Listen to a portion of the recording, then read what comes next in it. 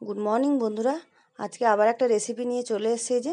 এই যে half litre দুধ নিয়ে নিয়েছি, আর এদিকে গ্যাসে কড়াও বসিয়ে দিয়েছি। কড়ার মধ্যে এই হাফ লিটার দুধ দিয়ে ভালো করে ফুটিয়ে নিচ্ছি। কি বানাচ্ছি আজকে? এই যে রসমালাই বানাবো। তার জন্য এই যে হাফ লিটার দুধ নিয়েছি, দুধটা ভালো করে ফুটিয়ে নিয়েছি। ফুটিয়ে ফুটিয়ে একটু কমিয়ে নিচ্ছি। আর এর মধ্যে দিয়ে দিচ্ছি আমুল দুধ, দিয়ে দিচ্ছি 3-4 চামচ মতন, দিয়ে ভালো করে মিশিয়ে নিচ্ছি দুধটা।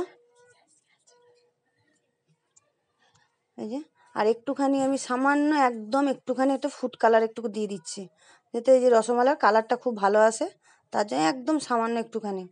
আর দুধটাকে আমি ফুটিয়ে ফুটিয়ে পুরো একদম ঘন করে নেবো। আর ভালো করে দেখো, আমি সাইডগুলো ভালো করে চেঁচে দিচ্ছি।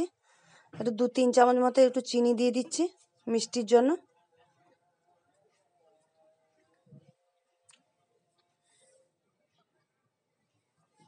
কড়াতে করছি কেন, ওই যে সাইডগুলো ভালো করে চাঁচা যায়, তাহলে না ওই দুধের যে সরগুলো বসে থাকে ওইগুলো ভালো করে খুন্তি দিয়ে যে ছাড়িয়ে নিচ্ছি। আর এই যে রসগোল্লায় যে দিয়ে দিচ্ছি চেপে চেপে রসগুলো। আর এই দুধ ফুটিয়ে ঘন করে নিয়েছি, ওর মধ্যে এবারে দিয়ে দিচ্ছি রসগোল্লাটা। এই দেখো, রসগোল্লাটা দিয়ে ফুটিয়ে নিচ্ছি। কত বড় বড় হয়ে গেছে রসগোল্লাগুলো। দেখো আমার রসমালাইটা রেসিপিটা কিভাবে আমি করলাম।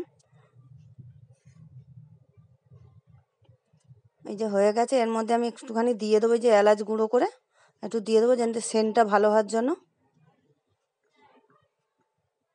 দেখতে থাকো তোমরা প্রথম থেকে শেষ অবধি, নিশ্চয়ই তোমাদের ভালো লাগবে। ভালো লাগলে তোমরা ফেসবুক থেকে দেখলে ফলো করো, আর ইউটিউব থেকে দেখলে আমার চ্যানেলটা সাবস্ক্রাইব করো।